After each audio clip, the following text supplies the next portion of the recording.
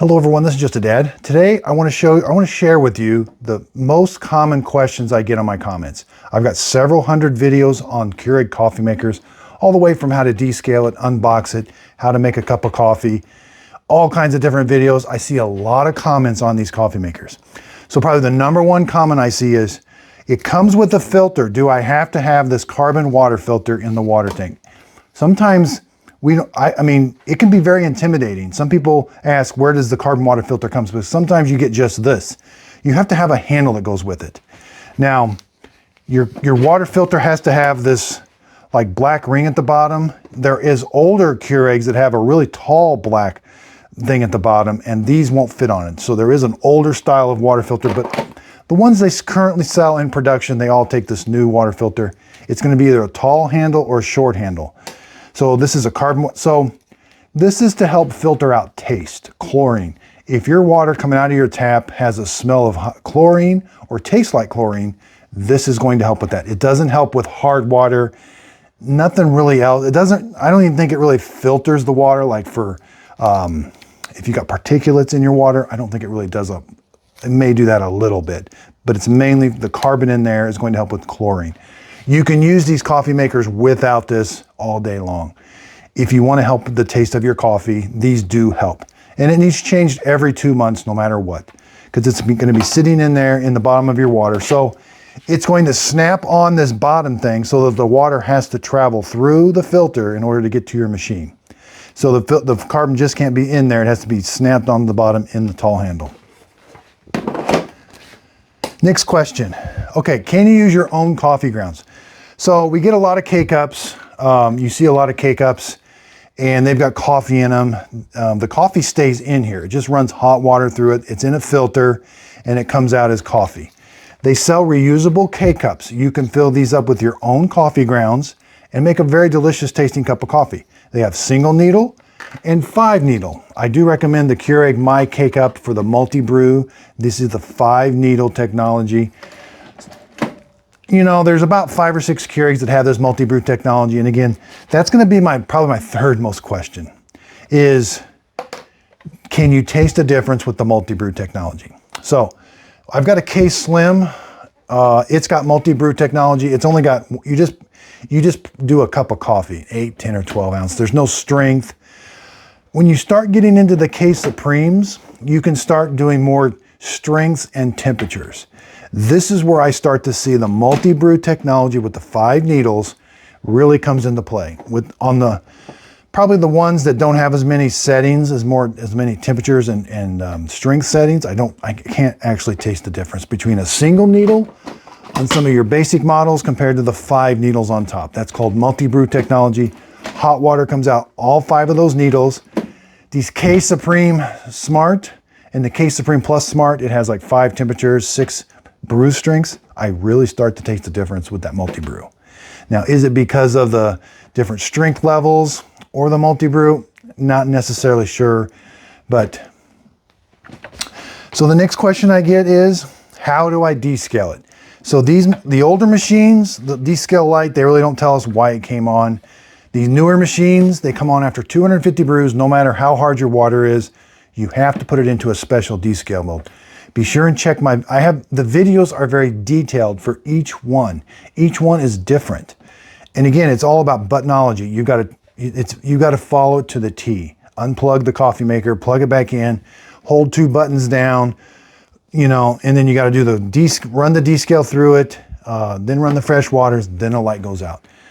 Question, I can't get the descale lighted. How do I do it? You have to follow a descaling procedure. The newer ones, you have to put it into a descaling mode. The older ones, the older ones is like how things probably used to be. You just run some vinegar or descaling solution through it. Hopefully the light goes out. So one of the other questions I get is, can I brew hot chocolate, tea? Yes, there are K-Cups that are just hot chocolate. They have a powder in them. It just shoots hot water through it. You get a nice hot chocolate out of them.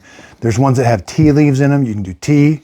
Can I do ramen noodles? Can I get hot water out of a Keurig? Yes, you can get hot. You can leave. Don't put a K-Cup in here. Close the lid. You can do any brew. You get hot water. It's probably going to have a little bit of leftover residue from a K-Cup. So if you want to do a couple fresh water rinses, that's just no K-Cup. do a rinse, get the residue out. You'll probably start to taste, it won't taste as bad, but you can get some hot water out of it. So this question was probably a little higher up on the list. I should have put it up higher. Do you get mold on the inside of a Keurig? Now, I cannot answer that definitively. What I can say is I have bought probably 20 to 30 coffee makers used off of Facebook Marketplace. I know a lot of these coffee makers were heavily used. I know a lot of them were very old. I tore open a lot of them for different things. I was learning how to fix them, learning how to do different things on them, but I did take a lot of them open. I can tell you, I never saw mold growing on the inside of these. Now, I'm not a scientist. I don't know the exact details on it. I have read online, I think, that the tubing that they're using, I think is anti-mold. Like it's not gonna, it doesn't, you know, maybe it helps fight the mold. The newer ones have a heating element that they don't store a lot of water in them. Like you get water in the tank. The tanks you can clean. You could probably get mold in these tanks if you left it there long enough.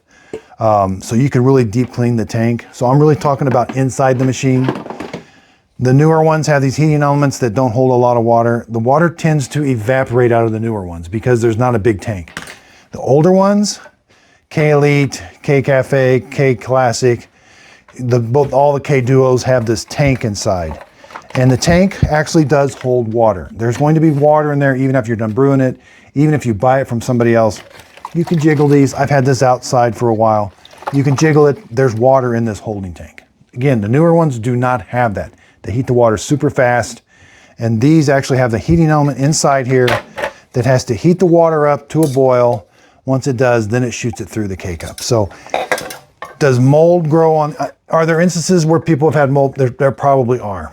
I have not seen it, but I've not done any sort of testing or anything like that. I just, from what I've seen and how I've used these and the ones I've bought and opened, I have not seen any mold. And actually I've not even seen hints of mold. Like I've bought some really coffee makers that looked really bad. And I tore them open and I was actually amazed how clean on the inside they looked because the outside of them looked really bad. So I am branding my own coffee. It's called Just a Dad Simple Sip. It's going to be in the whole bag form. You're going to be able to buy it in K-Cup form. Be sure and check that out on my Just a Dad Videos Facebook group page. There's also going to be a Shopify page where you can buy this. So it's a Brazilian dark roast. I do think it tastes really good. I want to thank everybody. YouTube just recently sent me my 100,000 plaque. That is all because of you. Thank you very much. It's just been, you know, starting out, I never dreamed I would be where I am. And I'm just very thankful to everybody. The purpose of my videos, the purpose of this video is to help people. I see a lot of comments and I try to categorize them. I try to remember them. I make notes. Like I'll get comments and I write it down. So I went through all my notes. These are the common things that and again, it's to help you. Keurigs were super intimidating to me when I first started a Keurig. And probably I should have added this question: what size coffee should I brew my coffee on? You know, that probably should have been number one.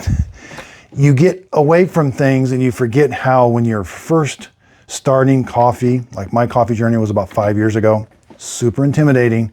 And I forget sometimes how that can be. I didn't know what button to press. You know, do I brew my coffee on 8, 10, or 12 ounces? And what I realized is there's no right answer. What tastes good to you? And again, I was like, why would Keurig put all these different buttons, 6, 8, 10, 12 ounces? Well, it's actually a good thing. It's for you to decide. Granted, it can be confusing when you first get it, but I understand the reasoning behind it now is because different tastes for different coffees. These K-Cups only hold 2 tablespoons of coffee.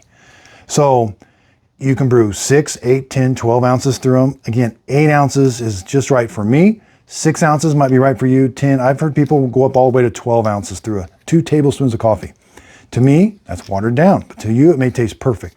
So I get why they did all the different buttons on them. Again, I just really appreciate everybody's support. Underneath the video, if you could give it a thumbs up, that really helps out my YouTube channel. Also, I just did a video. Every current model Keurig they sell, I got them all out in this kitchen and I talk about each one and I try to help you decide which one to get. I talk about pricing. I talk about kind of an older versus a newer, heating elements. I'm also going to do tips and tricks on descaling. Descaling has turned out to be very important to these coffee makers and very hard at the same time. I've got detailed videos on how to descale each one, but I've learned some things since I've made the videos, mainly from the comments.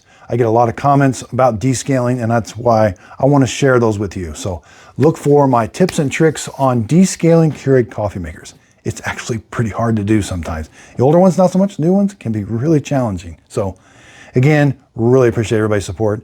If you could, please like and subscribe, and thanks for watching.